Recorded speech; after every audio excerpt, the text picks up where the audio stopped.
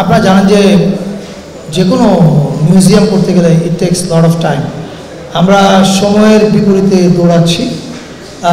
5 August এটার এক ধরনের একটা আনুষ্ঠানিক উদ্বোধন হবে, তবে দর্শনার্থীদের ভিজিটের জন্য ওপেন করা হবে কি না এটা নিশ্চিত না। আমার ধারণা এটা আরও সময় লাগবে, কারণ প্রচুর কাজ বাকি। আর কি কি থাকবে এর মধ্যে এইটার ডিটেলটা আমরা এখন বলতে চাই না, এই কারণে যে যাতে আপনারা যখন এখানে আসবেন ভিজিট করতে, you still have that surprise and আপনারা ডিসকভার করতে পারেন।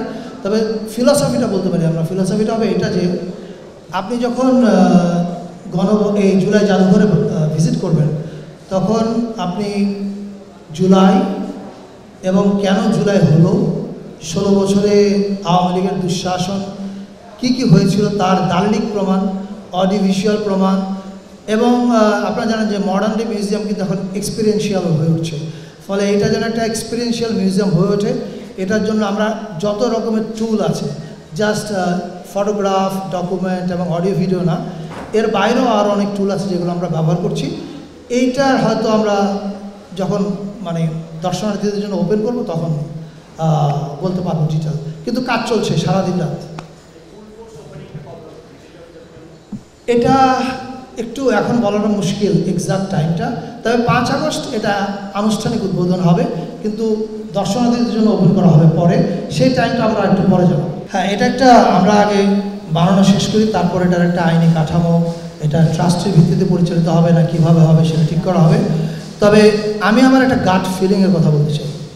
আমার গাট ফিলিংটা হচ্ছে হাসিনার যে দুঃশাসন, গুম, খুন, লুটপাট, হেন অপকর্ম নাই করে নাই, এমনকি সে যাকে দিয়ে খুন করায় তাকেও সে সার্ভেলেন্সে রেখেছে। এবং আপনারা জানেন কিছুদিন আগে আমাদের এই গণভবনে এই কাগজটা উদ্ধার হয়েছে, আমরা এটা দিয়েছি গুম কমিশন এবং আইসিটিকে। সেখানে একজন দায়িত্বপ্রাপ্ত অফিসার আকুতি জানাচ্ছে যে তার পক্ষে আর গুম করা সম্ভব না।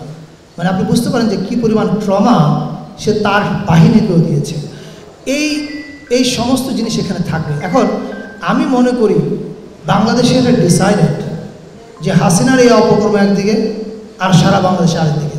এখন রাজনৈতিক কারণে বিভিন্ন রাজনৈতিক স্টেক হোল্ডার্স, সোশ্যাল স্টেক হোল্ডার্সদের মধ্যে মতবিরোধ থাকবে, যেটা যে কোনো ডেমোক্রেটিক সোসাইটির সৌন্দর্য। তর্ক বিতর্ক থাকবে, এটাও সৌন্দর্য।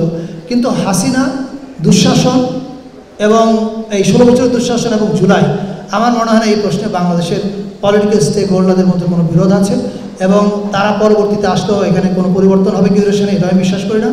এবং আপনাদেরকে আমি এটুকু বলতে চাই যে আমাদের কিউরেটিভ টিম এখানে যাদেরকে নিয়ে কাজ করছে, একটা বিশাল ইয়াং ফোর্স, এখানে কোনো একটা নির্দিষ্ট দলের লোক নাই, সকল দলের মানুষজন এখানে কাজ করছে। ফলে this is going to be very absolutely non partisan. এটা বাংলাদেশের সত্য কথাটা বলবে।